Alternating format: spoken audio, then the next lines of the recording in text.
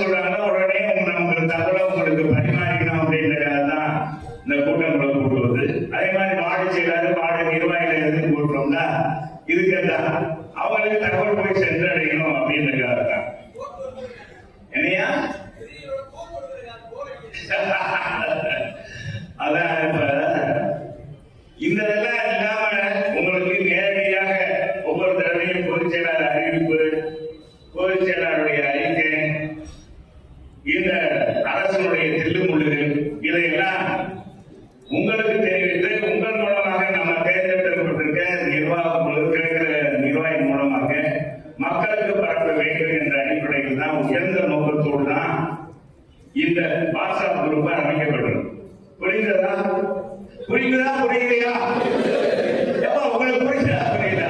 உங்களுக்கு என்ன தலையத்திலே ஆட்டுக்குட்டி மாதிரி என்னப்பா புரிஞ்சுச்சா உங்களுக்கு?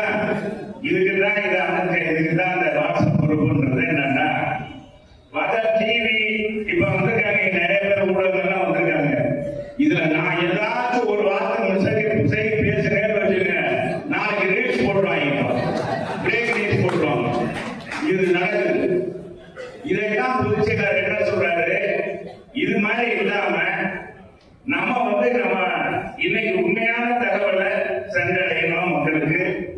கழக நிர்வாகிகளுக்கு முதல்ல சென்றடையணும்.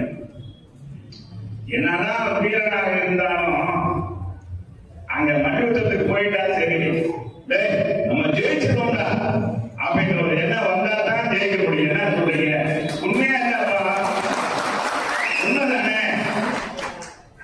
நம்ம வலுவோடு இருக்கிறோம் என்பதை வெளி காமிக்கின்ற வகையிலும் நம்ம செய்த சாதனைகள்ல ஒரு துளி கூட இந்த அரசாங்கம் அதை காட்டிலும் கூடுதலாக இந்த 4 ஆண்டுகள்ல 50 ஆயிடுச்சா, 52 மாதங்கள்ல எதையும் செய்யல. விளம்பரம் மட்டுமே இந்த ஆட்சியில ஓடுது. இந்த கட்சி விளம்பரத்தை வச்சுமே திமுக ஆட்சி செய்து கொண்டு பாத்தீங்கன்னா, நானும் ஒரு அறிவிப்பு, நானும் ஒரு திட்டம், உங்களை மக்களை தேடி மகன் மருத்துவம் என்னென்னோ போடுறாங்க. உங்களை முதல்வர், உங்கள் தொகுதியின் முதல்வர், என்ன புதுமை பெண், அப்புறம் புரட்சி பெண், எத்தனையோ திட்டங்கள் என்னென்னமோ போடுறாங்க. வாயில நுழைய மாட்டேங்க. எத்தனை திட்டங்கள் அப்பா, எத்தனை திட்டம் அப்படின்னா தமிழ்நாடு பாலாரும் தேனாரும் பயந்து ஓடல். உண்மையா இல்லையா? அப்படி இருக்க விலைவாசி கட்டுப்படுத்தப்பட்டிருக்கா?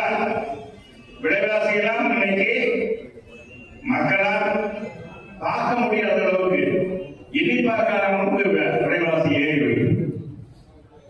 இதுல அரசாங்கம் போட்ட வரி வேற அதிகம். வரிக்கு மேல் வரி போட்டிருக்காங்க. அவங்க போடாத வரியே கிடையாது.